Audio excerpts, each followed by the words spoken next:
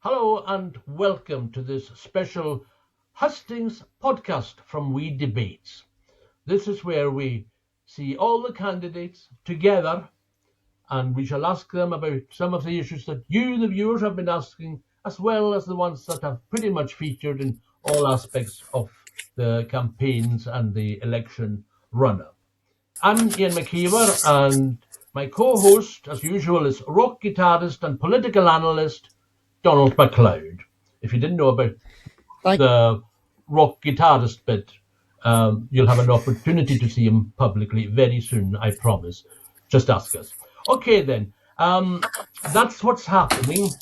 I'll hand over to Donald to give a further quick explanation and to introduce each political candidate. thank you very much, Iain. Yes, good afternoon, good evening, or good morning to whenever you are watching this. This is the We Debates 2026 hustings for the Scottish Parliament election. And today we have 7 candidates from respective political parties that are either standing in the Nunullinan constituency or for the Highlands and Islands region. And I'm going to go through each one of them right now. In alphabetical order based on surname. Ulster Allen, Scottish National Party, standing in the constituency of Nunullinan. Ariane Burgess, standing for the Scottish Green Party for the Highlands and Islands region. Jamie Dobson, for the Scottish Liberal Democrats, standing for the Nunullinan constituency. Kenny Mackenzie, the Alliance to Liberate Scotland /Sovereignty, standing for the Nunullinan constituency and the Highlands and Islands region. Donald McKinnon, Scottish Labour, standing in the constituency and the region. George McPherson, Scottish Conservative and Unionist candidate, standing for the region and for the constituency. And Malcolm McTaggart, Reform UK, standing for the constituency and the region as well. And now I will hand it back to Iain X for the candidates to make their introductory statements. Over to you, Iain. Okay, then. I think we'll go for up to 3 minutes, Mr. George McPherson. Thank you very much, and hello everyone. I'm George McPherson, Scottish Conservative and Unionist. My background is I was a teacher. I'm also a piper. I spent a large part of my childhood in Sutherland, in Assynt, and I'm standing for this election because I believe the Scottish Conservatives present the best solution to a number of the problems that the SNP have brought up in recent years. So I feel like, I got into politics because I was a teacher and I could see the decline in education standards throughout the country. We have to get back to a curriculum for knowledge rather than a skills-based curriculum. But beyond schooling, I realised potholes were not being fixed, health services were declining, ferries weren't being fixed, and yet taxes were going up at the same time. So it felt like, something had to be done. And I thought good Scottish Conservative, financial, economic, fiscal discipline needed to be reinstated. So I feel like to get the country working again and to help those who want to get on and work, using your peach ballot as that secret weapon against the SNP is going to be the best way to secure a brighter future for Scotland. And I feel like, they've had a good run at it. It's almost 20 years, but have things got better? Sadly, they have not. So use that peach ballot for the Scottish Conservatives and Unionists. Thank you very much. Thank you, Mr. McPherson. I didn't mention that the order is random, and it was very much carefully, that randomized process was very carefully done by Donald earlier, so no one is in any particular order. Number 2 is Ariane Burgess of the Scottish Greens. Hello, and thank you so much to We Debates for hosting this hustings and for making sure that every candidate in the Western Isles gets a chance to be heard. And I'm genuinely delighted to be here, even if it's over a screen rather than in person, and along with all the technical challenges. I'm Ariane Burgess and I'm the Scottish Green Party candidate standing for re-election for the Highlands and Islands. And I want to start by saying that I've spent the last 5 years working hard to understand what life is like in communities like yours. The ferry that didn't come, the bus that doesn't exist, the young person who loves the place but can't see a future here, and the family who can't afford to stay in the community they grew up in because holiday lets have eaten up all the housing. Those aren't abstract policy problems to me, and that's the reason that I am in politics. In my last term, the Scottish Greens delivered rent control, so landlords can't hike up your rent overnight, free school meals for every primary child, P1 to P5, free breakfast clubs in every primary school, secured in this year's budget negotiations, and we more than doubled the Scottish child payment for families who need it most. These aren't promises, they're done. But I know that for many people in the Western Isles, the issues that shape daily life are very specific. Ferries that are unreliable, aging, and not built around the needs of the people who depend on them. A housing market hollowed out by second homes and holiday lets. Healthcare that requires a journey to the mainland that most people simply can't make easily, and buses that don't run or don't connect to anything useful when they do. So here's what the Scottish Greens are committing to: a long-term funded plan to replace the ferry fleet, green, reliable vessels with trade unions involved from the design stage, a guaranteed allocation of tickets for island residents on every route so that you're not locked out of your own lifeline service in the summer months, and a rural and island service guarantee, banking, transport and childcare within reasonable reach of every community, NHS dentistry delivered here and not hours away, and a rural housing revolution with hundreds of new social and community-led housing for communities across the Western Isles. And on energy, Scotland's wind and water should be generating wealth for island communities, not for distant shareholders. And we're committed to at least 1 gigawatt of genuinely community-owned energy by 2030, with island and rural communities getting a real share of the profits reinvested locally. Island proof from the outset. It's a commitment that every policy we bring forward will start from the reality of life in the Western Isles, not from what works in Edinburgh, and gets applied everywhere else as an afterthought. So I'm asking for the chance to go back, to continue the good work that I've been doing, and keep fighting for you. Next, we go to a wonderful part of the world. I'm not being politically biased by saying that, because over in Uig we will find, because I'm also from the Uig area, we will find Jamie Dobson of the Scottish Lib Dems. Neskama. 28 years a nuclear submarine engineer, then I ran a consultancy in nuclear safety, and finally read theology degree at Glasgow Uni, and I live, as Iain says, in Uig. The Western Isles have potentially so much going for them, but right now it feels like our country simply isn't working. Food bills, fuel bills, ferries fiasco, lack of dentists, dearth of mental health professionals, dire shortage of adult social carers. People are fed up with politics, and they're right to be. I know you feel let down. I feel let down. Scotland deserves better, and she needs change. Change with fairness for everyone at its heart.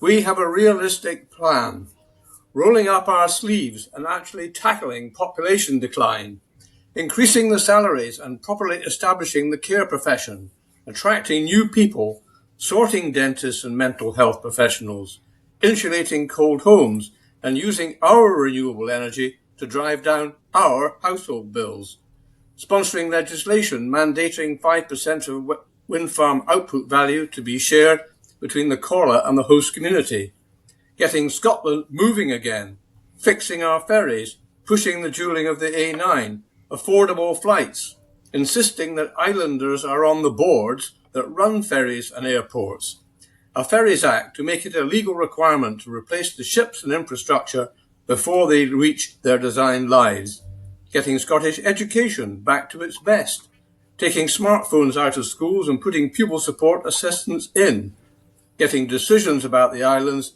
taken on the islands and not in Edinburgh. Scotland deserves better.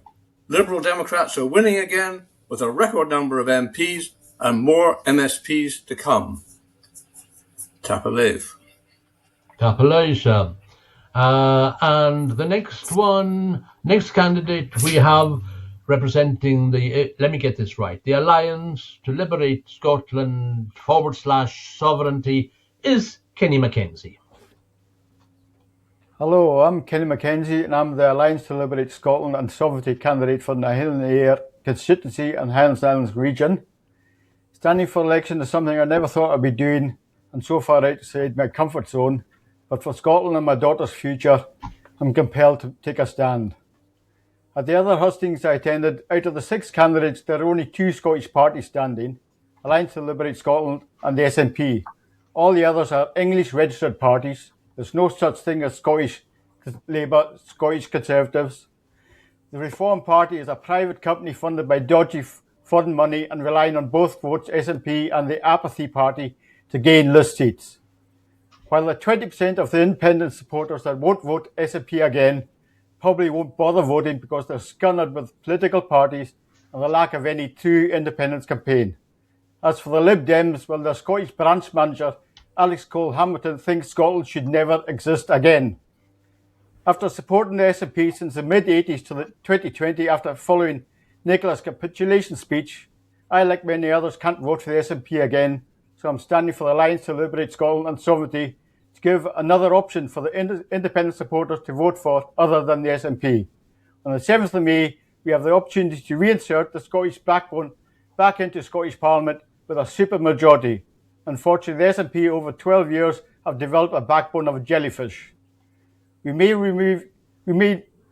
to remove the English party colonial lackeys and install a Scottish supermajority and remind the SNP every day that the goal is independence, not pensions.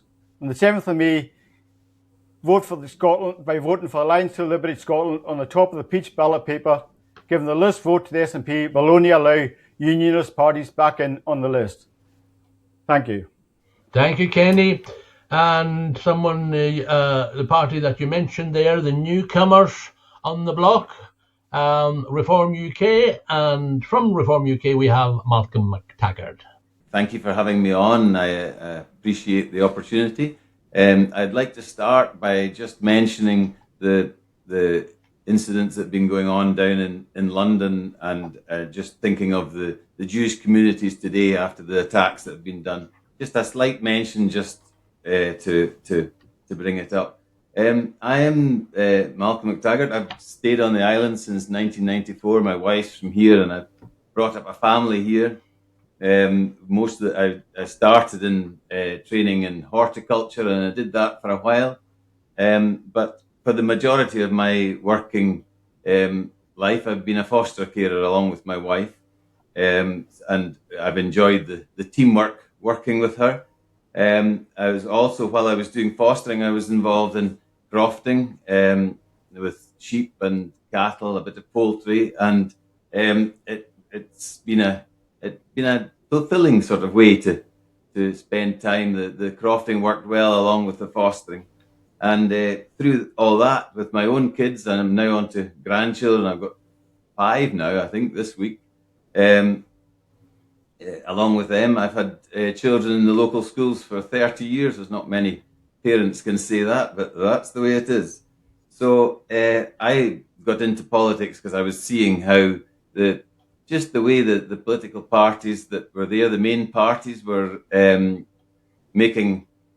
almost making fun of the voters. It just seemed to be whatever you voted for, you got the same thing, even if it wasn't on their manifesto. So I just feel that when I got involved with reform, I feel that they said the things that I felt were worth saying, and I think they're a realistic challenge to the parties that are in already. I feel they have enough of a hold, enough of a vote to actually be worth voting for. I think it's not a wasted vote. I think it's if we can get enough MSPs in, we can really make a difference.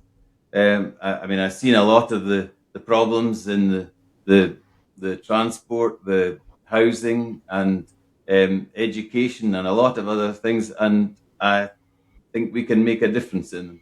But I think I'll just say thank you for that. I'll leave it there. Thank you, Mr. McTaggart. Well, if Reform UK is the new boy on the block, I won't call him an old boy, but he is Alistair Allen of the SNP. Thank you for that introduction, Iain, and thank you for the opportunity to be here. This election is about who represents the islands, and as you mentioned, since 2007 I have done that, and I've sought to give my all to this job, representing the interests of people in the islands and speaking up for them. The SNP government has a record of standing up for people too, people living through difficult times, and doing that through policies like free prescriptions, road equivalent tariff ferry fares, free university tuition, affordable housing and crofting reform. Now the SNP plans more childcare, a helping hand for first-time homeowners and a cap on the price of basic foodstuffs, and making sure we have communities in the islands that people can afford to live in. I make no attempt to excuse the ageing ferry fleet or the appalling series of recent breakdowns that are the direct consequence of that. The only solution is to build new ships, as the SNP government is doing, with 4 ships building and several more out to tender. No candidate can claim they have any other instant answer to this problem, which has affected all of us so badly. The SNP is on Scotland's side, but successive Westminster governments continue to treat Scotland as an afterthought. So we need the powers in Scotland, whether it's over energy, whether it's over a right to decide Scotland's future. And to change any of these things, we need the fresh start of independence, and that means voting SNP. Well, thank you, Alistair Allen of the SNP. And now our final candidate is Donald McKinnon of Scottish Labour. Thank you, Iain, and thanks for organising this debate today. I'm Donald McKinnon. I'm the Scottish Labour candidate for the election next week. I'm from Arnold. It's where I grew up and where I still live today. I've spent the last 9 years working in community development in Carloway, latterly managing Outer Carloway, the Carloway Estate Trust. And I want to take that experience of working in community development in the island to the Parliament in Edinburgh. I'm standing because I'm worried about the future of our islands. I look at the population trends, our ageing population, our shrinking population, and I'm worried about where our islands are heading. I look at the causes of these trends, a lack of access to housing and good jobs, services that at times feel like they're going backwards, and dysfunctional transport links, from expensive flights to a ferry service that at times is barely functioning. These are all making life harder for people in the islands and holding us back. I then look at the Scottish Parliament and its powers, and I think we could be doing so much more to use them to tackle the challenges we face here in the islands. We have had the SNP here in the islands and in Edinburgh for 20 years now. If they had a plan to sort things, they would have done it by now. From the ferry fiasco to the decimation of the Corliss budget, we can't afford to carry on like this. We need a new government, and our islands need a strong voice in Edinburgh fighting our corner. I've grown up here, I've worked here, I've spent the last year speaking to voters from the Butt to Barra. I get the issues, and I'm ready to be your voice and fight for the future of our islands in the Scottish Parliament. Thank you. Thank you, Donald. And viewers, what do you think? There are the motley crew from which you will have to pick a name to put your X beside on May the 7th. Now we're going to grill them a bit further. And for the first one, I will hand you over to Donald. The other Donald Macleod, my co-host. Mr. Macleod. Yes, like you say, Mr. Macleod, or the non-candidate Donald in this election. Candidates, here is your first question. How will the candidates solve the ferry crisis if they are elected to the Scottish Parliament? Each candidate will have a maximum of 3 minutes to answer the question, and the first one, based on the randomised order that was generated, Kenny Mackenzie. Thank you. First of all, I think CMAL has decimated the reputation of the island, Calmac. It's totally unfit for purpose and should be disbanded totally. And the Scottish Government should invite Stuart Ballantyne, the ferry the shipper designer. He was right before, and they just ignored him. His craft are much more suited, more cost effective, and a busy route like the Western Isles, it needs 2 ferries in the same route, not one. That gives you resilience. If one breaks down, you still got another ferry. 2 ferries running the route all day. That'll free up all the backlog and all the tourist areas and the business. We won't need a separate freight one. Just 2 ferries running the route at one time. But it needs to be built in Scotland, not sent abroad to Turkey. We're not in the EU anymore. We don't have to abide by EU laws for building ships. We can build it in Scotland, employ Scottish people, and take the CalMac, their head office. That definitely should be rerouted and put in used, because in the inner, where it is now in the inner Clyde, that they have no idea what it's like in the Outer Isles, especially rough weather. It needs to be centred around where it's most important, a lifeline service, not just a daily trip back and forward. Lifeline services mean that. Lifelines, we rely on it. Empty shelves, supermarkets, it's not all about tourists. There's a lifeline, we need to get back and forward, but it needs to be quicker, cheaper, and reliable. At the moment, the ferries are designed, they're too slow, they break down, and they're not suitable. They're not designed properly. Needs proper designers. Stuart Ballantyne had good designs, faster, more economical. His ships, he said he could build it for about 10 million, not 200 million one ship is costing now. It's ridiculous. Get the ships moving. Thank you. Thank you, Kenny. And the next person to answer this question will be Malcolm McTaggart. Yes, I can see there is a problem. I've been watching it developing over the years, and we know in no uncertain terms what the problems are. Solving them, well, I think the idea of building ships is certainly what needs to happen. The fact that the thought that it's a simple idea, just build more ships, I think we've had probably 20 years to prove that it's not quite as simple as that, and maybe something a little more needs to change. I think the system for ordering, procuring the ships is not fit for purpose. I think the number of, I've always said, if you're doing anything, if you want to organise even a simple trip, you don't get 3 people involved. You just you keep as many people out of the system as possible. You make it as direct as possible, and I think that would take out a lot of the problems. Also, it was said that the shipyards that were used, the Scottish ones, weren't particularly set up for the job. I think it's important to use our Scottish shipyards, keep them going, but if they're not fit for if they're not up to building the ships that we're ordering, maybe we're giving them the wrong sort of work. We need to bring them up, because that's how you end up with jobs, it's how you end up with apprenticeships, and it keeps the skills in the area. And we may need to go further afield, perhaps England or even abroad, to get some in the meantime, because we're in a crisis situation. But I think also, I haven't heard any talk of renting or buying ships from other places. If we've got a whole pile of crotchety sort of limping along ferries, then you need almost 2 or 3 or 4. Sometimes maybe we're looking at 10 spare ones for in the mid,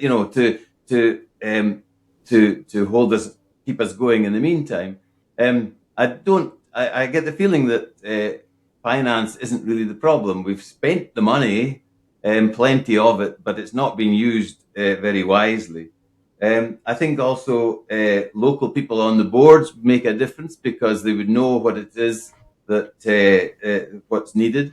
I also think that not making bespoke ships every time is to maybe have 3 or 4. I don't know how many. I'm not in these things, but 3 or 4 different standardized sorts of boats, because that's how the Norwegians and things are doing it, and it makes their ships almost half the price even from the start, never mind with all the delays.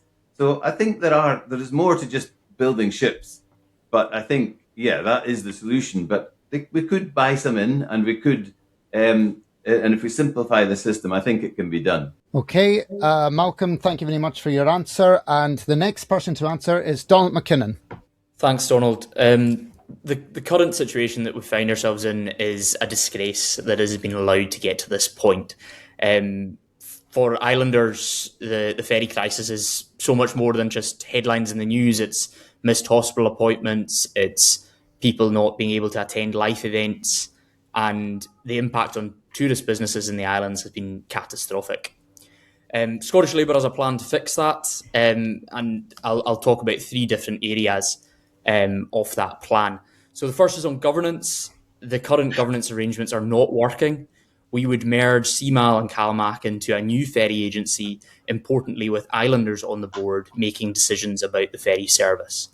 That will deliver a one-stop shop where a ferry agency that delivers the vessels is responsible for some of the ports and actually operates the ferry service. We would also have a long-term procurement strategy for replacement of the CalMac fleet. We've got to a point where the average age of vessels is far too high, and the reliability of those vessels is what is impacting on the functioning of the network.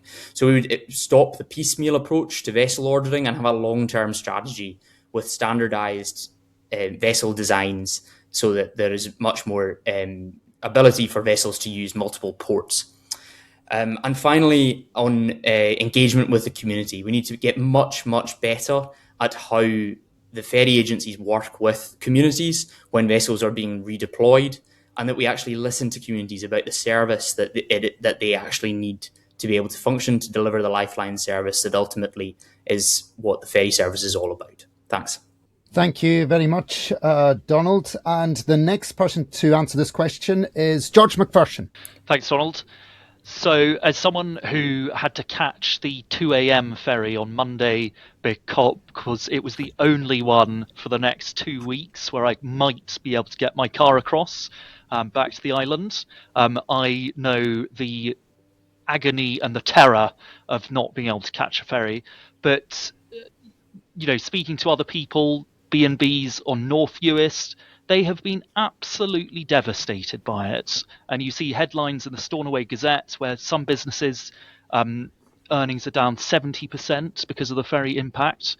And as others have alluded to, I met a poor couple taking the ferry from Berneray to Leverburgh, who, they missed a funeral of a loved one. I mean, it's not just business, it's, people's daily lives that are being ruined here.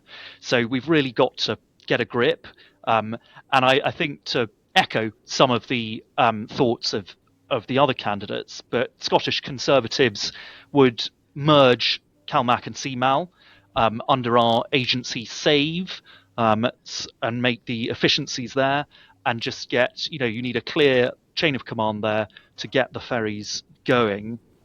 In terms of the age of the ferry fleet, it's, some of those ferries wouldn't be fit for a lake in Eastern Europe. They are absolutely on their last legs, and we'd aim to bring down the average age of the ferries to about 14 years. And that basically means getting a new vessel online every 2 to 3 years. Lastly, how are we going to afford all of this? Well, I think there should be money available to do it, but if the SNP is spending it on freebies elsewhere, then you can sort of see why they've taken their eye off the ball on what really matters. But I feel like one creative option could be, Western Isles is about to potentially experience a wind farm boom. Could we use some of the money being generated there? They need freight ferries to bring across all their kit. Is that a way that we can help afford it? But overall, we just need to, get a real grip on the situation and, provide this lifeline for the Isles, because otherwise people are going to leave. That's the sad thing. Thank you, Mr. McPherson. And now to Alistair Allen. Thanks very much. As I mentioned in introduction, the problems that there have been with the ferry services are probably the biggest part of the job that I've been doing in recent years, is raising that, and I don't attempt to justify the difficulties that have been. That the only solution there is to build more vessels. Now, there are other things we can do, certainly, to improve the culture of CalMac and its ability to be accountable and communicate with communities. But building vessels is something that the SNP government is now doing and has been doing for some time. There are 4 vessels building just now. There are several more on order, including a replacement for the Lord of the Isles. We do need to change the culture within CalMac, as I say. In terms of the board, I think probably most candidates here are of the same view. Certainly I have been expressing this view for a long time, that the board members of CalMac and CMAL should have the same experience that I do, which is that people ask me every time I go to the co-op about what's happening with ferries. They don't have that experience because they don't live in the islands. And I was pleased to see that the First Minister, when he was in Lewis recently, was committing an incoming SNP government to doing just that. Not just to having more islanders on these boards, incidentally, but specifically more people with experience as seafarers. So lots of things we can do on that front. But just to pick up one point about, I think it was Malcolm made it about why have we not purchased ships? Well, or leased ships. We have both purchased and chartered ships. The purchase of the Loch Friesa, for instance, most recently, and the charter of the Alfred. But ultimately, the answer lies in building ships. Thank you very much, Mr. Allen. And now our next candidate to answer is Jamie Dobson. Thank you. I have spent a large part of my working life involved in marine engineering, and a lot of that is in procurement. I have quite a lot of experience in running steel ships, and that's how I'm able to come with a bit of an eye on this. But I think the first thing to say is the CMAL and CalMac are arms of the Scottish government. And it's all very well for Alistair Allen to say that this is what needs to be done, and he's very pleased to see that the First Minister is saying this and that about getting new ships and so on and so forth. They've been in power for 19 years, and these 19 years is when the ferry fleet has been declining throughout that time. And it's no good blaming CMAL for ferries that don't work. CMAL is part of the Scottish government, and it has a board, but its board is controlled by the Transport Secretary. As we know, in the island, where the only member we had here on the board was relieved of his responsibility and not given a second term. So there are 2 aspects of these ferries, and we always talk about one, which is the ferries that are broken down. But the other is the reliability of ferries that are not broken down. Now, the Southern Isles, in particular South Uist, have suffered hugely from broken down ferries, and we need these ferries replaced. We also suffer from very serious unreliability of the Loch Seaforth, which otherwise works perfectly well, and I would contend that that's because the design is wrong. Now, I haven't bottomed this one out yet, but as I understand it, the open after deck of these vessels, and the ones coming from Turkey are just the same, is because of dangerous cargoes and also the liability of asphyxiating animals in the car deck. If that is the case, there should be a separate ferry design for taking heavy transport and the separate one for taking people and their cars with a closed after deck.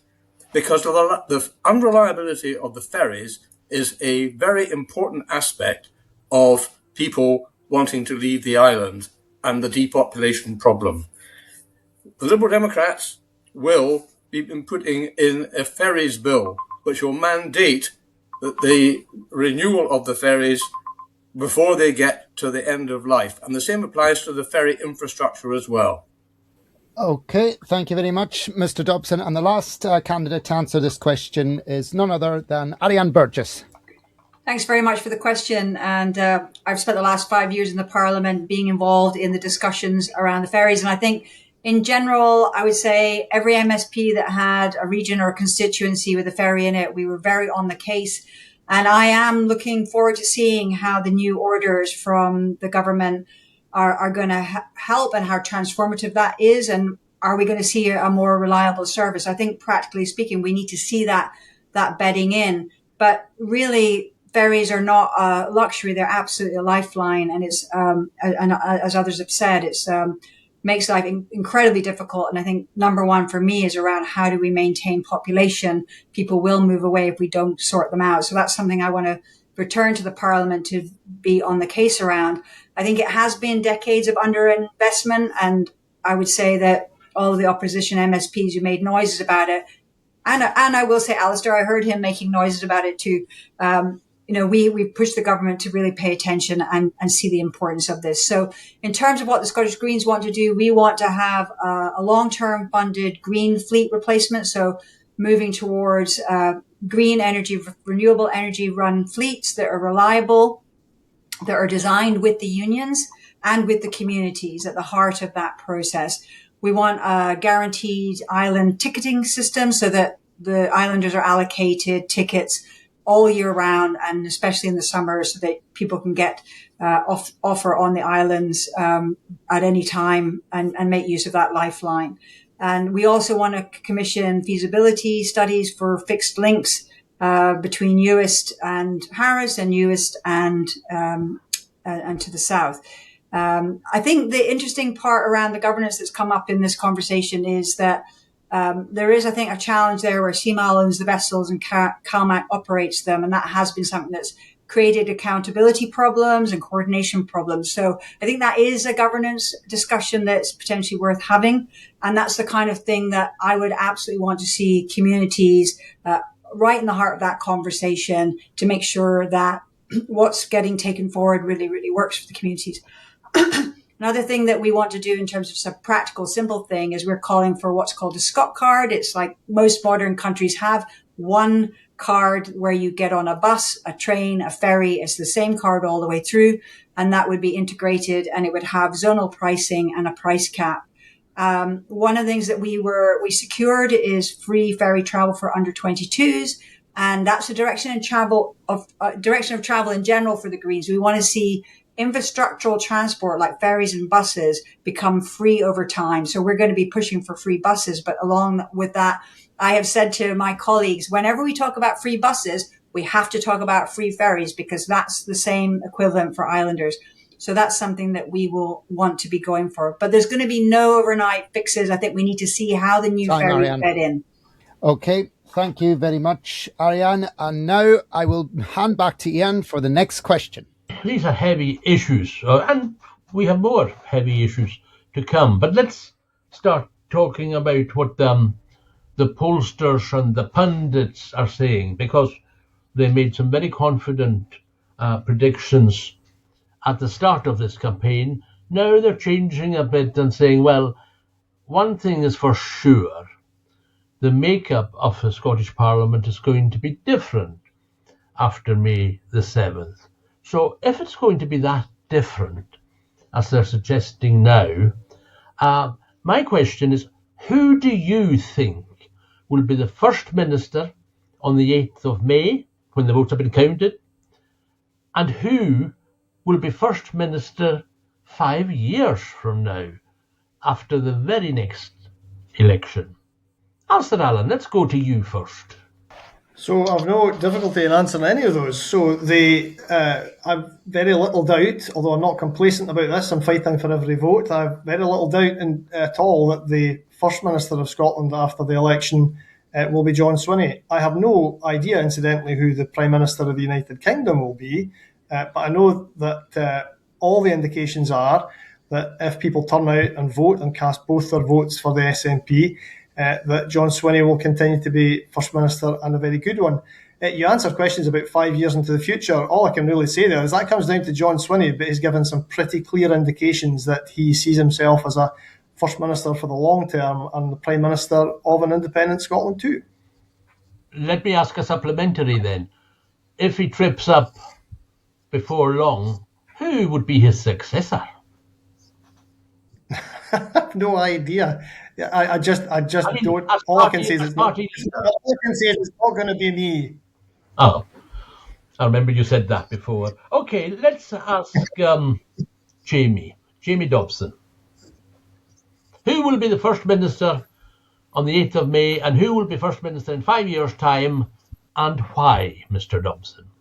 Looking back over time since the beginning of devolution, before the last 19 years completely seized up by the SNP, the most successful part of the life of the Scottish Parliament was during the Lib Lab Pact in the very, very early days. There are a lot of benefits which we're all enjoying now, which were introduced during that time, some of them by the Liberals, including bus passes, etc. And I think that where we're going to get to in this election is probably back to about the same. The Scottish Parliament was never designed to operate in the same model as Westminster, with one party having an overall majority. Tony Blair very carefully stitched up, he thought, the arrangements so that it would operate in a mode where people had to cooperate with each other and in coalitions and so on. So I think that the First Minister at the end of this election process will be Mr. Sarwar. Who will be the First Minister in 5 years' time? I have no idea, but I would imagine it would be Mr. Sarwar's successor. And I think he will be in charge of a government which includes the Liberal and Labour members. Possibly some Conservative members too, I don't know. But Mr. Sarwar, I would put my money on for being the First Minister. Interesting, thank you. It's nice to find a topic in which politicians and candidates say they haven't a clue. Let's ask Donald McKinnon.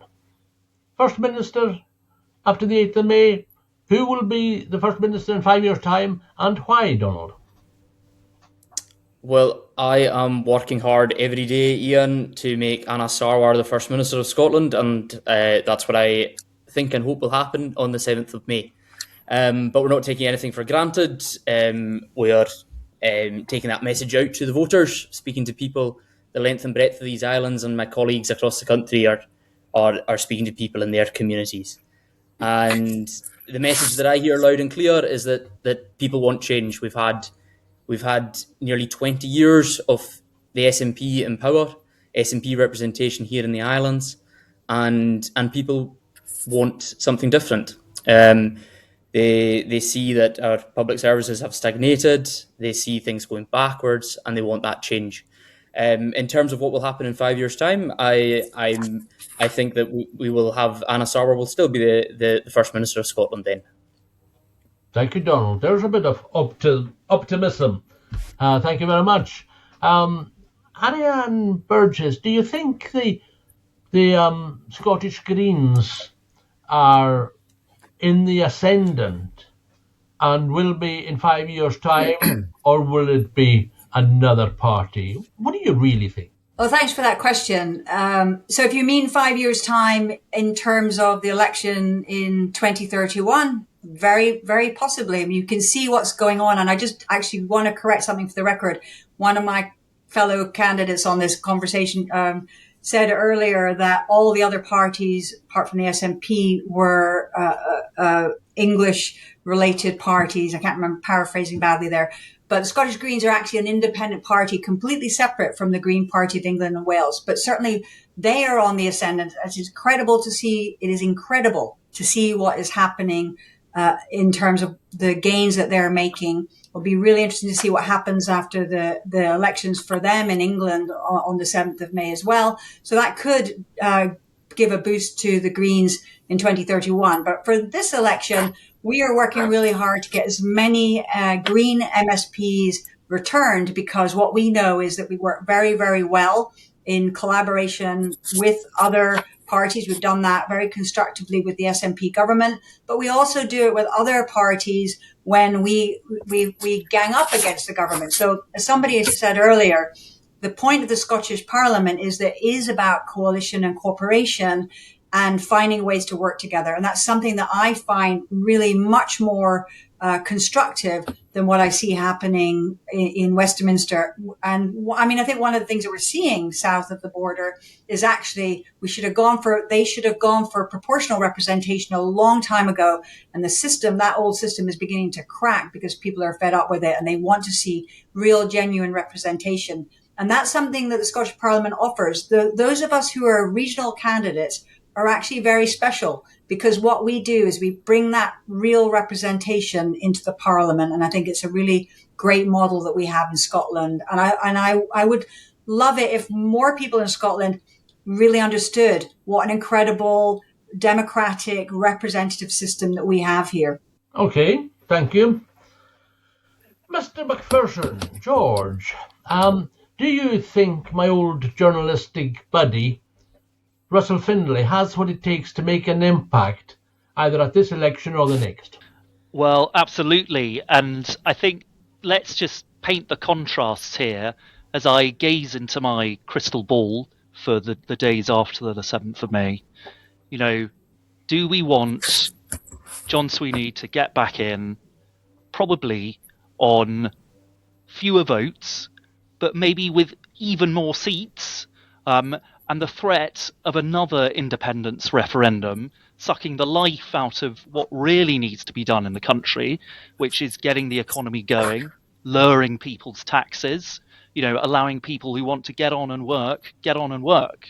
And that is my greatest fear, is that, there's a risk of splitting the vote and the SNP comes through the middle. So, as I've said before, use that peach ballot for the Scottish Conservatives.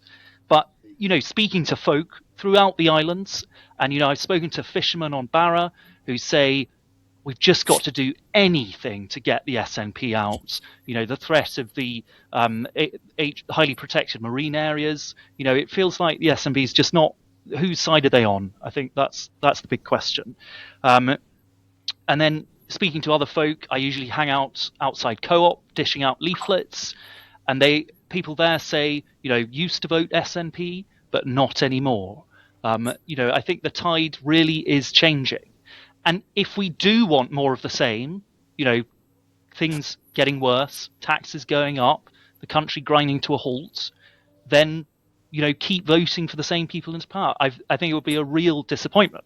When it comes to Russell, I could not endorse him strongly enough. His background is very much not in politics.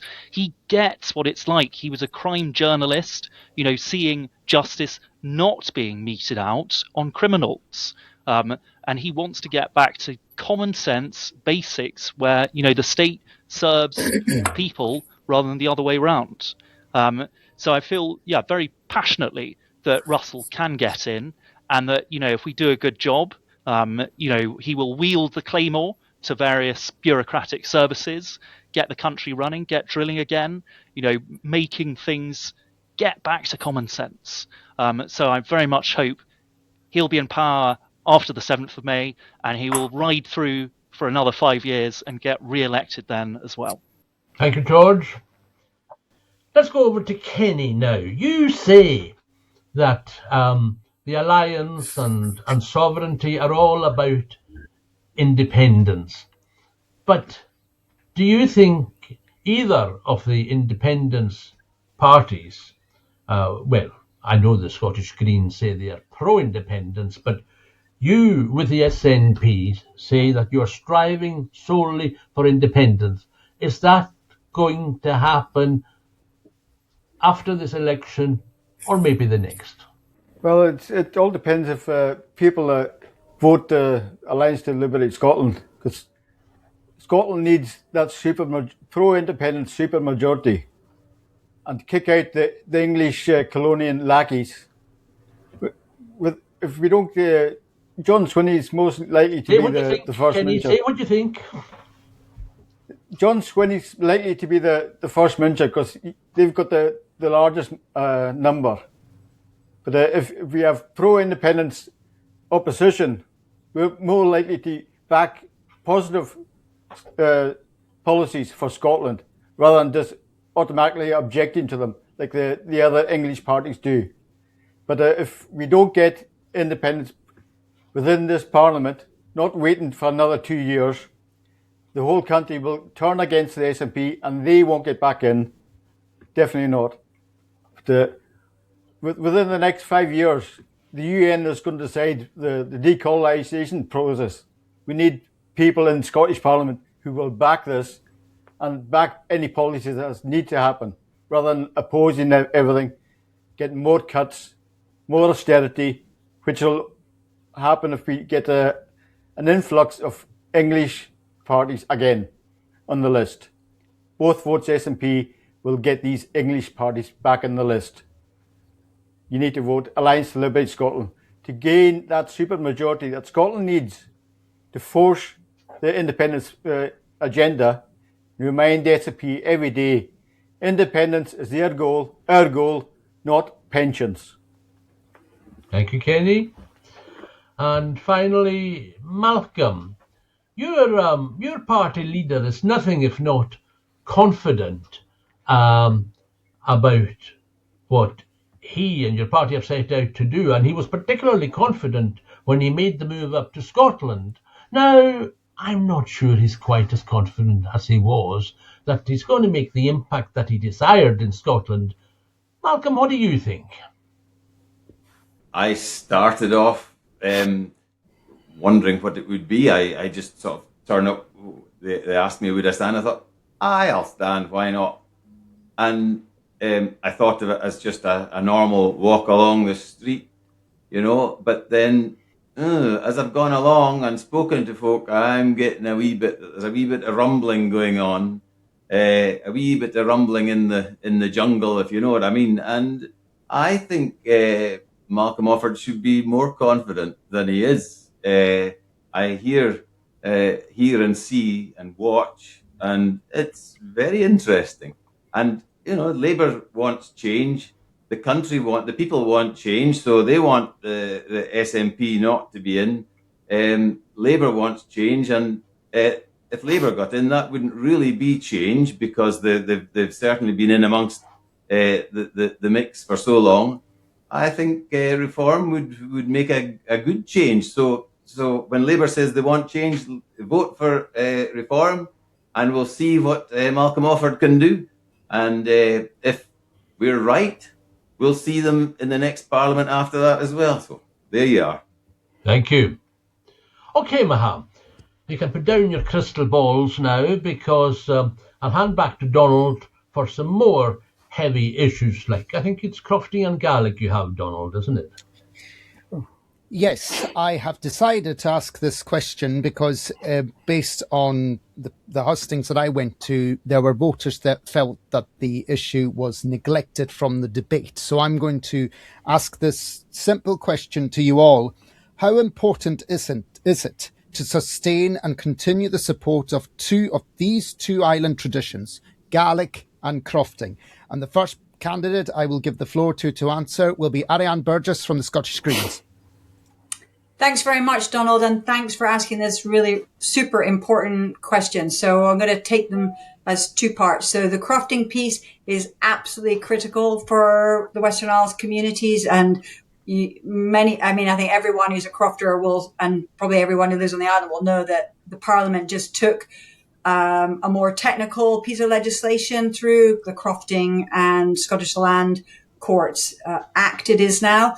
And in that act, I secured an amendment to require the government to actually get on with a more substantial piece of work in the next session. And there's quite a number of things that we need to be looking at. And I think one of the most pressing things that comes from crofters is the concern about how crofting is becoming marketized, that they're being sold for so much money. I think that's one piece. There's many other bits, but crofting as a model is absolutely essential. And actually, it's something that the Scottish Greens want to see extended across the rest of Scotland because it's a fantastic way that it allows people to have access to land and work the land and contribute. And going forward with the climate and nature emergency, we need many more people doing that. And I think also crofting in the Western Isles allows for a more resilient food system, hopefully. And that's been a discussion that's come up. It came up in the Scottish Crofting Federation's hustings debate around what do we want crofting to do, and do we need more support for people to actually grow food on crofts? In terms of Gaelic is absolutely essential. My great-grandfather was a Gaelic speaker, and I have been studying Gaelic. I haven't found enough people, Alistair, Al and I haven't found enough time to chat in Gaelic, so I haven't been able to practice it. But I think that Gaelic is absolutely essential that we keep that alive. Having studied it, I know so much more about the land and the sea because of the language. And the Scottish Greens have been instrumental in supporting Salmor Osteg to become a core central training. I know that's not in the Western Isles, it's in Skye, but that they have status that will then be able to award university degrees. So that's an example of the extent to which we think Gaelic needs to be supported and properly funded. And we certainly want to see young people across all schools have contact with Gaelic at some point, even if they're not in a Gaelic medium school, so that people who live in Scotland actually understand some basic Gaelic. Thank you very much, Iain. And I will now pass this question to Donald McKinnon. Thanks, Donald, and thanks for the two questions there, really. I'll start on Gaelic. I think take this in three parts as well. So first, and the really important part of this is continuing to support Gaelic medium education in our communities. I think that has been the bedrock of promoting the Gaelic language and making sure that we have a growing number of fluent speakers in our communities.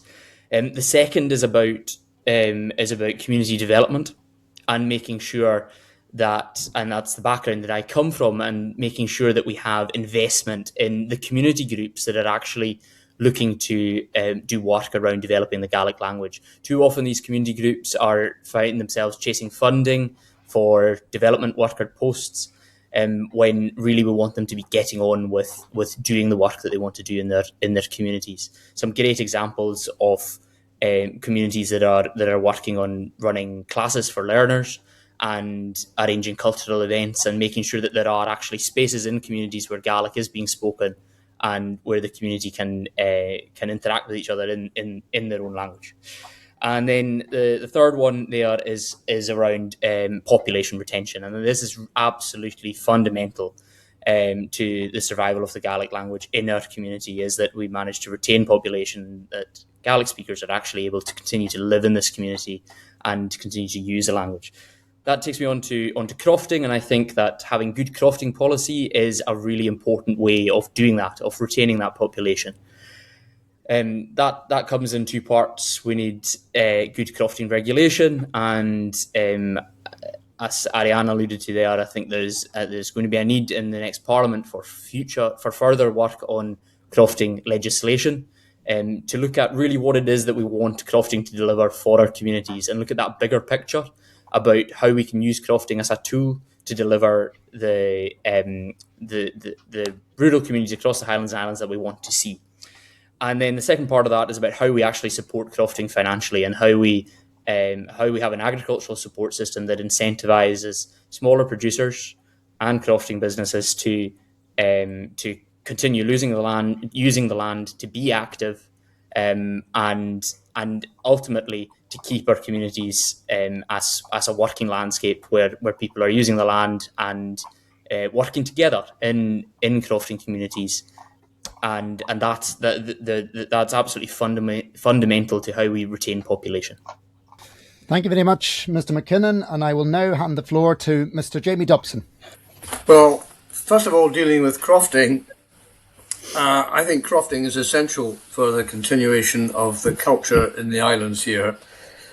As Alistair Allen said recently in his speech in Holyrood, it's very rare to find an industry that actually wants more regulation, but the crofters do, and they need more regulation.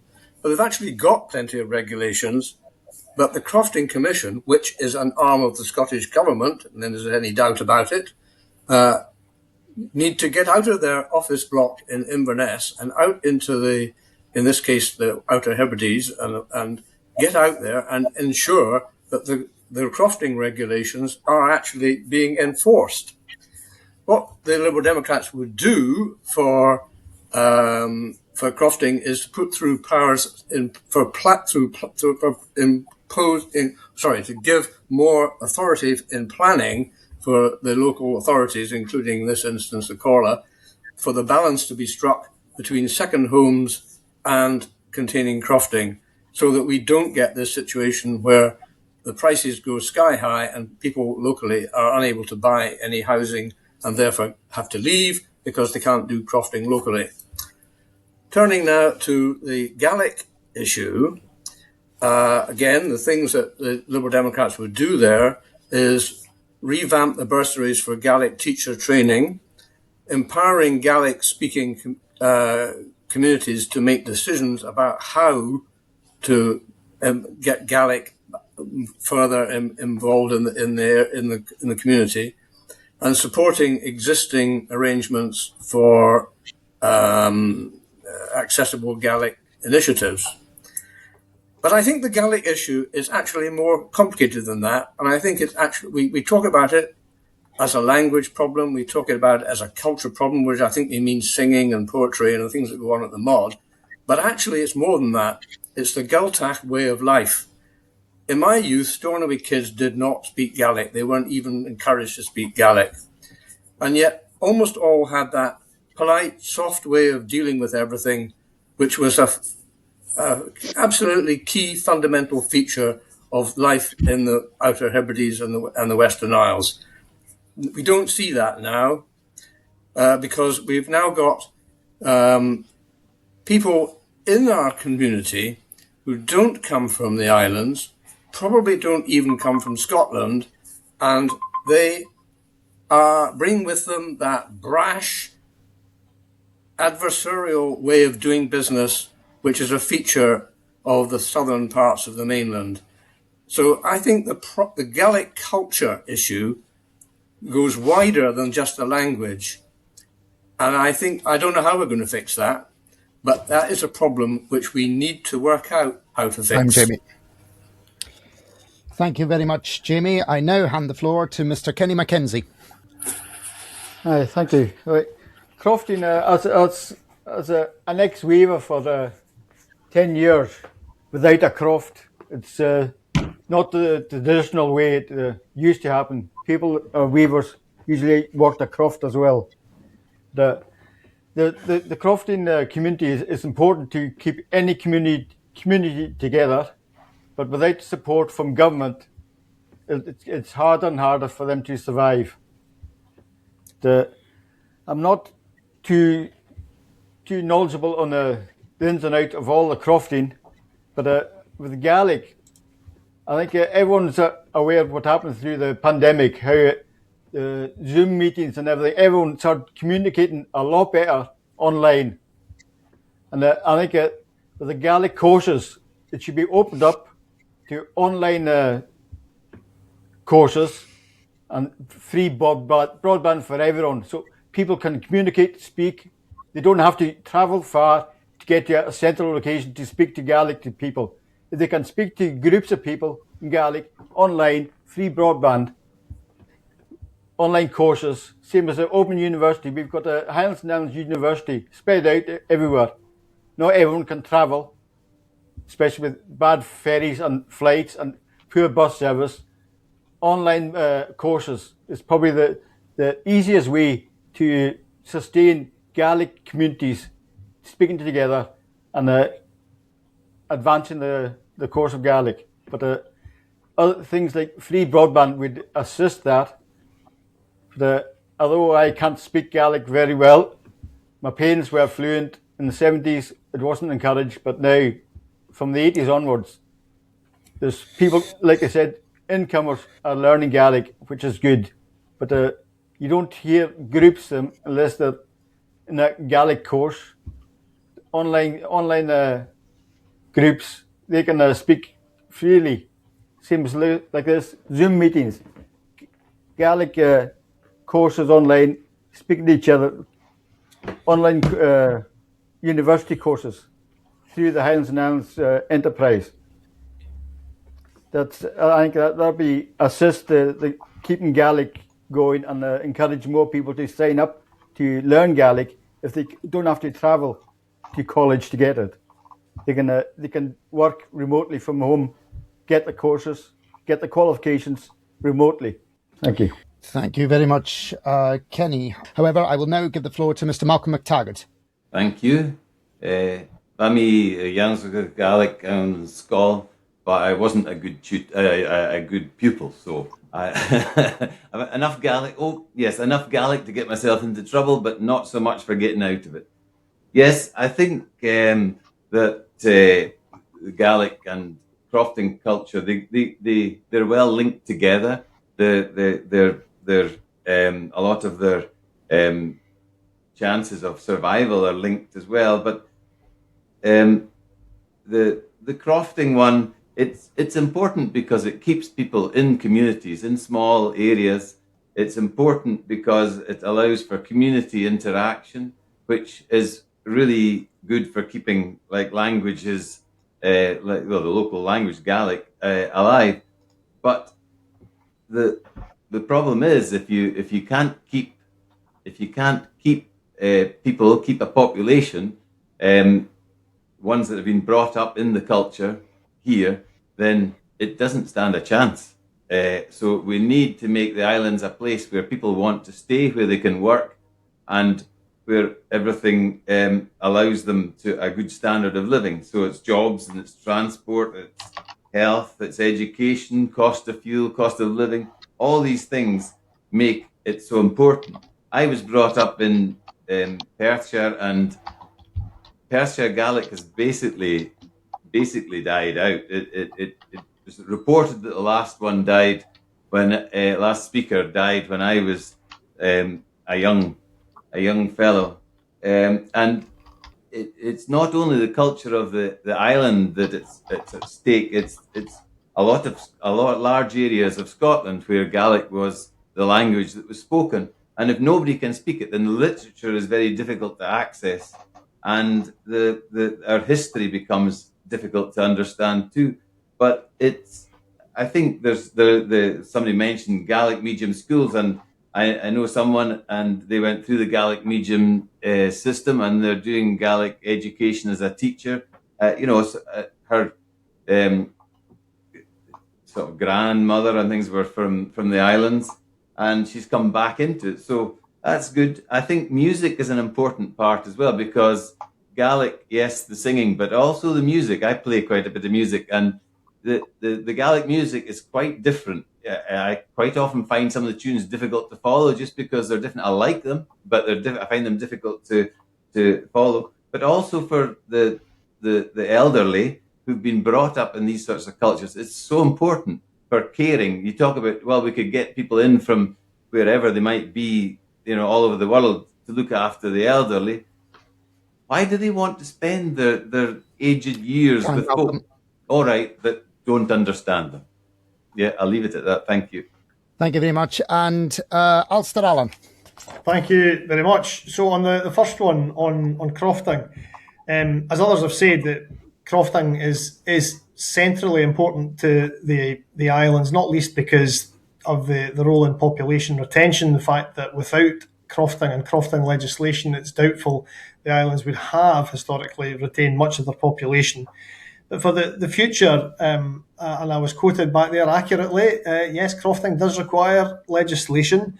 We had a bill in the Parliament that's just concluded, which I supported and also amended to try to strengthen. But I think everyone acknowledges that there's a need now for another much more comprehensive crofting bill, which will consolidate crofting legislation, but also deal with issues that we've not really opened up yet, like for the future, the role of common grazings committees and so on. And I've been involved in some of that through the cross-party group on crofting.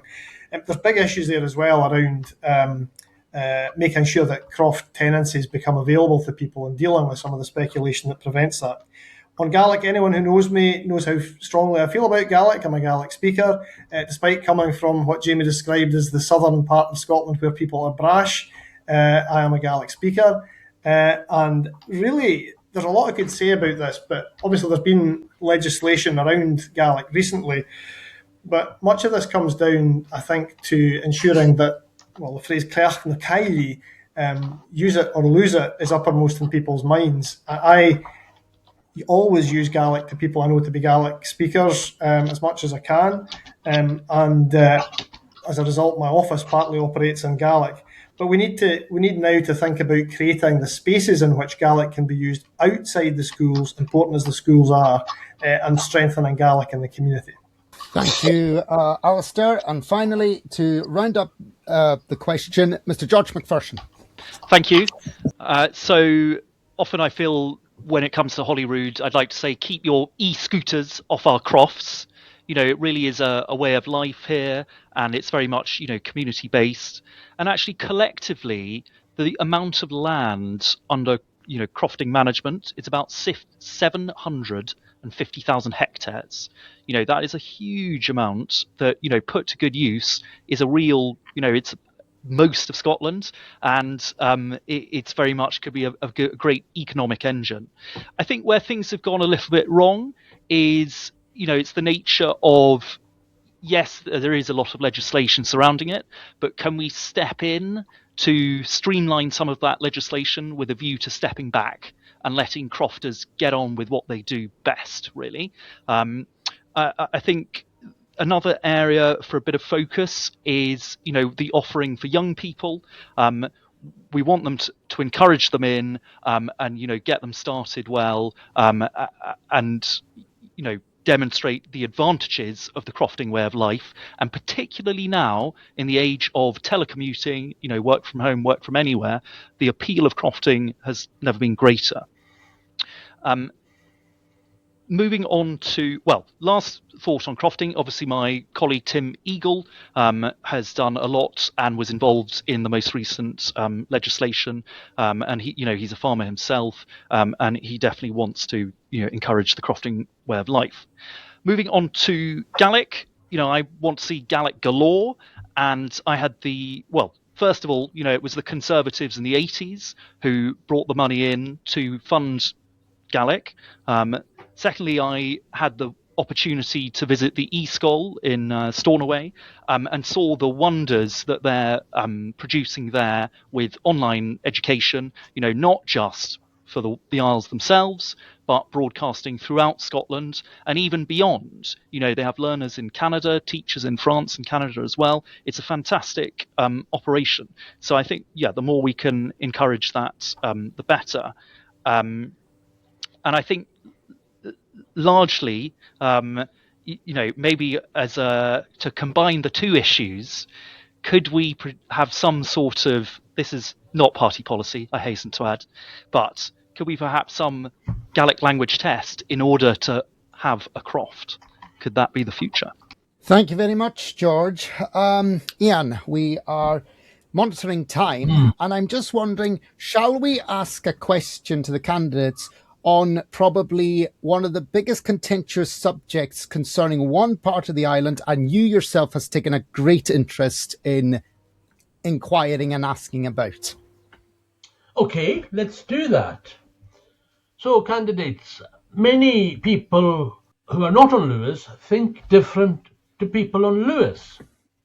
Many people across Scotland and the world think that the guga harvest is wrong.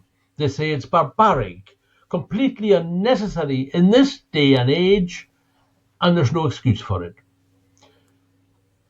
Taoiseachs particularly have defended it as a tradition, and yet we heard the other day that the protesters' response to that is tradition is peer pressure by dead people, that it's unfit to go looking for looking and slaughtering gugas in this day and age.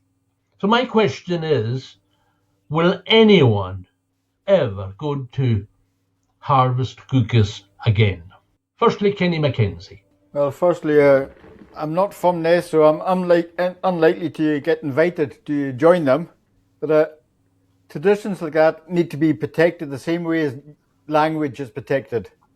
So it forms a big part of the community. If you strip half the activities of the community dies. You need protection to save the language and traditions. And if other people in other parts of the world don't like it, tough. It's our traditions, not theirs. our traditions deserve protection. Thank you. Thank you, Kenny. George McPherson, would you go to hunt the guga, or do you think it should never happen again? Well, I'm very much pro-hunting it and pro-protecting it. I don't think the two should be mutually exclusive.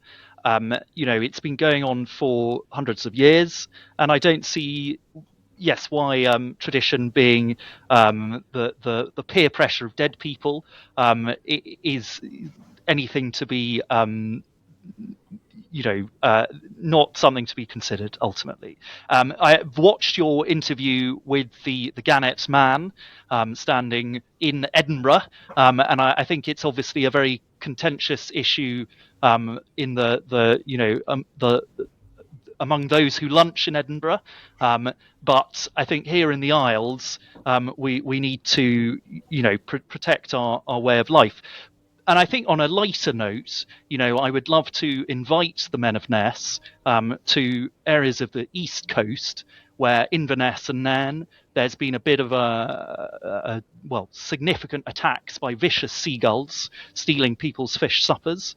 So I'd very much encourage, maybe we could invite the Men of Ness over to the East Coast to help them there with their gull-demic. Thank you, George. Mr. Allen, having been around these islands for a while and got used to our ways, what do you think? Is the guga hunt over forever and a day? It's certainly not over. I would just pick up on the point made by George, though, that I'm not sure I would make the comparisons with controlling seagulls unless you're planning to eat seagulls. And I think that's the crucial point here, is that this isn't a blood sport. This is people harvesting stuff that they eat. Now, there may be people who, for principled reasons, and I entirely respect them, think it's wrong to slaughter hens for food. But unless they take that position, I'm not sure why they would take the position that this particular foodstuff is wrong to eat. It clearly has to be controlled, and it is, in terms of the numbers that are harvested. But I think this one has got out of hand. It's a really ill-informed debate that's been started by people who, with the greatest of respect, do not seem to understand what the guga harvest is. And are prepared to go to some quite extreme lengths to make their ill-informed point about it. So yes, I do support the rights of people in Ness to continue this harvest. Mr. Dobson, have you ever been to Ness? I have been to Ness many times. Have you I have eaten never the gone on a guga? guga. No, I haven't. And I, at my age, do not expect ever to go out to Sulaskir to hunt guga, and I certainly would not accept an invitation to do that if I was offered. Is it a tradition that must die? Not at all. I think that, I support, actually, there's no point in going back over the same ground all over again. What Alistair Allen says, it completely summarises what I believe in this. And I would just say to George, you should try having a fish supper out in Stornoway and see what happens there. It's just as bad as it is in the East Coast. Thank you. Donald McKinnon, you're probably the candidate closest to the border with Ness. So you know how strongly they feel about their tradition. But do you think that just sheer weight of public opinion means that the guga harvest is over?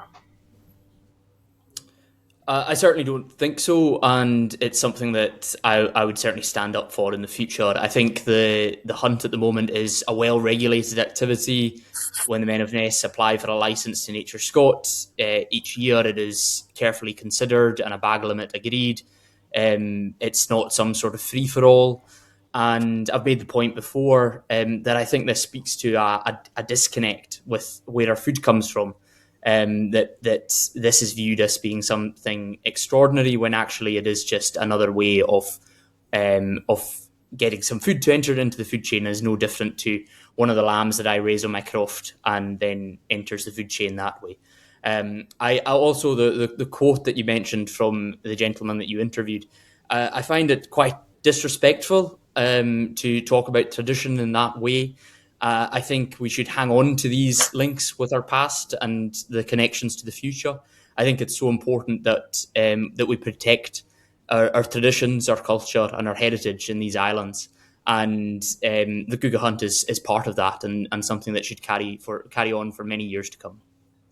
Thank you very much, Donald. Malcolm McTaggart, I can't remember. We probably asked you the question before, but now, because of the weight of public opinion that seems to be against the tradition, have you changed your mind in any way? No, I haven't changed my mind.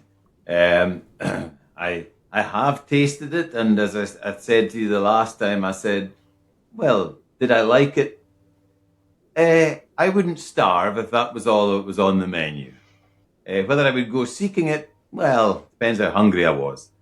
I think that culturally it's important. We forget our history in more ways than this at our peril.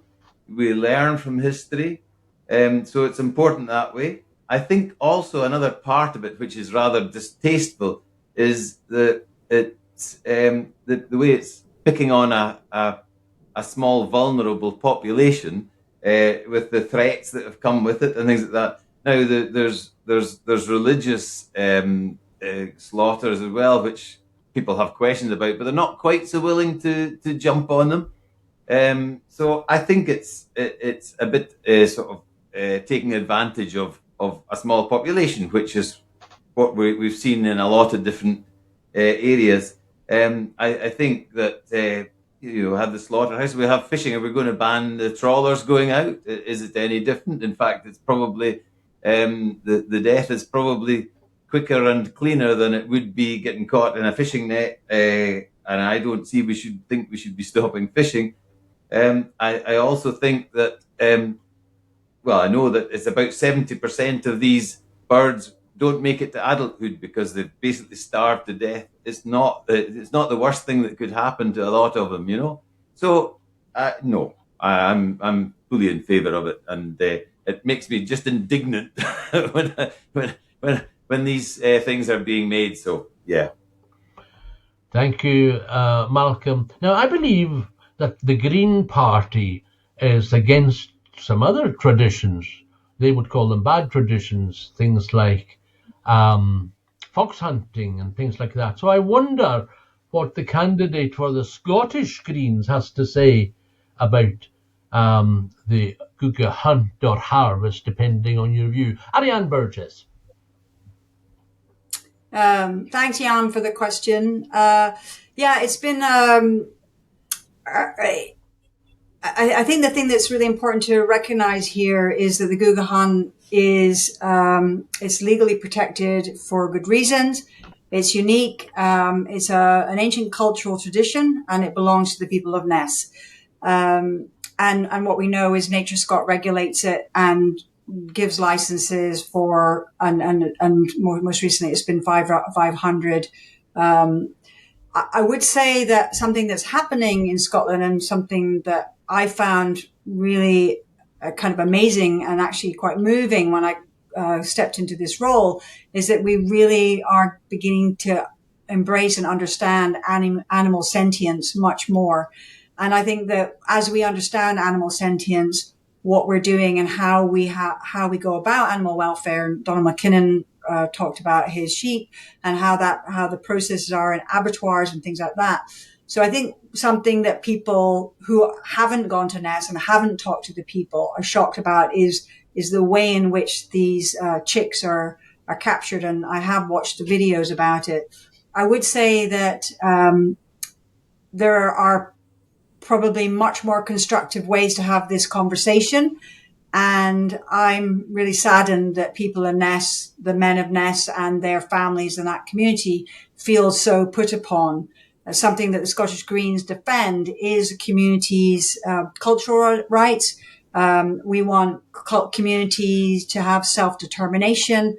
And, we recognize that this is not the same kind of conversation as the industrial scale wildlife exploitation you might see that is undertaken for the maintenance of things like driven grouse moors. So I think it's an incredibly sensitive issue. I think it's evolving. I think there needs to be many, many more conversations with people about it and bring greater understanding to what's happening. And I also have a sense that the tradition is quite fragile, having had, I can't remember his name now, but the elder who's been leading it for many, many years retire very recently and leaving it to younger people to step to the fore there. Okay, thank you. Not sure we got an answer to the question, Iain. Are you for or against? I think it's an evolving process, and I'm not happy with the way in which it's been discussed, and how the community is feeling so put upon on it. But I think that what we need to really recognize is that we are recognizing that animals have consciousness and sentience, and that will evolve the way in which we have our traditions. Okay, thank you very much. Donald, I think the plan is to get some short closing statements from the candidates, so I'll hand back to you. Yes, thank you very much, Iain. So, candidates, in the reverse order of who gave the opening statement, you have, we were going to plan 90 seconds, but I tell you what, 90 seconds is the absolute max, but we encourage only a minute to make your closing statement. And I will give the floor first to the Scottish Labour candidate, Donald McKinnon. Thank you. It would be the privilege of my life to be able to serve the community and the islands that I love. I want to take my passion and drive for this community to the Scottish Parliament and use its power to deliver for this community. We know that the election here in Helen and Year is a straight choice between the SNP and Scottish Labour. The SNP have been in power for nearly 20 years and they've had their chance. We have a local authority starved of cash, with cumulative cuts to its core budget of £280 million since 2013-14. Services that feel like they're going backwards. A ferry service that is in chaos. If you want change, then vote for me and vote for Scottish Labour. A vote for any other party in this election is a vote for more of the same and to let the SNP cling on. Scottish Labour will fix the SNP's mess, get the basics right and deliver a better future for Scotland and our islands. Thank you. Thank you, Donald. And now the floor goes to Alistair Allen. Thank you. It's been a very positive debate and a very useful one, so thank you for it. I mentioned at the beginning that I regarded the job that I've done as a great honour, and I still take it seriously in that light. I hope it's a job that I've been able to help people with as individuals and also to represent issues that wouldn't get represented other than by an island MSP. The SNP government is using the powers that it has under the devolved settlement to help people in the Western Isles, whether that's insulating houses or building new pier facilities in Tarbert or a deep water port. But I want ultimately to see a Scotland where we get to take, the people of Scotland get to take the really big decisions, the decisions about the price of energy, which afflict people in an area of fuel poverty like this. Decisions about what Scotland's own budget should be for public services. So I want to see those powers come to Scotland. The only way they can come to Scotland is becoming an independent country, rejoining the European Union. And the only way to achieve that is to give both your votes on the 7th of May to the SNP. Thank you very much, Mr. Allen. And now to Mr. McTaggart. Thank you. Yes. Well, my point would be Vote Reform UK, because it's up to challenging the SNP and Labour. And personally, I've worked in the area with the people, in the culture. I know the crofting way, the people's way, and I've been involved working with people for all of these years, and I know how to deal with people. I've also been standing up for people in the system, through schools, through social work, through all the health service, and I want to continue doing that. So I'll just thank you very much. Thank you very much, Mr. McTaggart. And now to Mr. Kenny Mackenzie. Right. Independence is an urgent issue for Scotland. It can't be delayed. We've had the last election, we had carrots dangled and save the date, and nothing's happened. We're having the same again. Both votes SNP. Let's end the unionists, and nothing changes. Westminster continues the rape of Scottish resources. If you don't vote Alliance to Liberate Scotland in the peach ballot paper, we'll have a parliament filled up again with unionists, and nothing will change. The SNP will do nothing for another 5 years, and then the carrot will be out again. Vote Alliance to Liberate Scotland in the peach ballot paper to fill the Scottish Parliament with a super majority Scotland needs. Independence is urgent. It can't wait for 2, 3, 4, 5 years. Thank you. Thank you very much, Mr. Mackenzie. And now to Mr. Dobson. Well, you've heard about my concerns for ferries and the requirements I talked about there. And I'd like to clarify for everybody, and Dr. Allen in particular, that when I was talking about brash people from the south, I was talking about rather further, maybe another 500 miles further south than the south of Scotland. Our overriding need here is a sustainable population with new businesses and great jobs and great education to enable young families to stay and work here. We need better social care, first-class social care to help our older people live at home as long as possible. We need fully reliable and affordable transport, ferries that sail virtually every day, and airfares that people can afford. We need local direction and decision-making for the new businesses and services that will affect the lives of local people. So many voters are scunnered by politicians who say one thing and then do another to further their ambitions. I am not seeking a career in politics. 15 seconds. I care about our local communities and I want to see changes with fairness at their heart. So my offer to the Western Isles is that I will spend 5 years banging on tables in Holyrood on behalf of the Western Isles. Perfect timing. Thank you very much, Mr. Dobson. And now to Iain Burgess. I'm Ariane Burgess, and I'm standing for re-election for the Highlands and Islands region. And here are some highlights of what I care about. Food that's grown locally, affordable, accessible to everyone, proper government support so island communities can lead on the climate nature emergency and not be left alone to face it. Young people being able to stay in the islands and not feel forced to leave to find a future. Community ownership of renewable energy and reliable transport. In my last term, I helped win rent protection, so your landlord can't just hike up your rent overnight. I fought for the £2 bus fare cap and free buses for under 22s, because where you can go shouldn't depend on what's in your pocket. And I pushed for land reform to break up the grip of private estates on communities who should be owning their future. I know what it takes to get things done in the Scottish Parliament, and I want to go back to do more for you. Free childcare, free buses, and making the wealthiest pay their share. And while we have some powers, I will also push for independence so that we have all the powers to chart our future. So on the 7th of May, vote for the Scottish Green Party on that very long peach ballot, and together, let's demand better for the Western Isles. Thank you very much, Ariane. And finally, we finish with the candidate who's opened tonight's hustings with Mr. George McPherson. Thank you. My background's in teaching, and when I, look at the Western Isles and look at Scotland, I feel like we need to, as a teacher would, tell the country kind of get its hands out of its pockets, tuck in its shirt, trim that hair. But it feels like the SNP, particularly with the Western Isles, it's a little bit like, they've been neglecting the croft. The grass is overgrown, the fence hasn't been mended. And what do they say? It'll be something like, why not have a £2 bus fare? Well, for most people, it's 7 miles to the nearest bus stop.